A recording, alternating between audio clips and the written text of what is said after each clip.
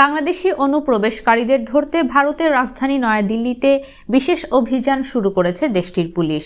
বুধবার 11 ডিসেম্বর শহরটির কালিন্দী কুঞ্জ এলাকার বাসিন্দাদের নথি যাচাইয়ের মধ্য দিয়ে বিশেষ এ অভিযান শুরু করা হয়। এর আগে মঙ্গলবার 10 ডিসেম্বর দিল্লির লেফটেন্যান্ট গভর্নর VK সাক্সেনা অবৈধ বাংলাদেশিদের বিরুদ্ধে কঠোর ব্যবস্থা নিতে নির্দেশ দেন। এর পরদিন দিল্লি পুলিশের বিশেষ অভিযান শুরু হয়, যা 2 মাস চলতে পারে বলে ধারণা করা হচ্ছে।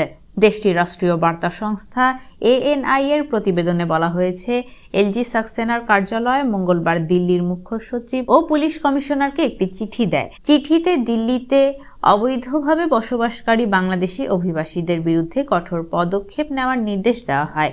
এই নির্দেশ পাওয়ার পর বুধবার পুলিশের একদল সদস্য ওই এলাকায় বাড়ি বাড়ি তল্লাশি চালায়, সেখানকার বাসিন্দাদের প্রয়োজনীয় কাগজ নথি যাচাই করে।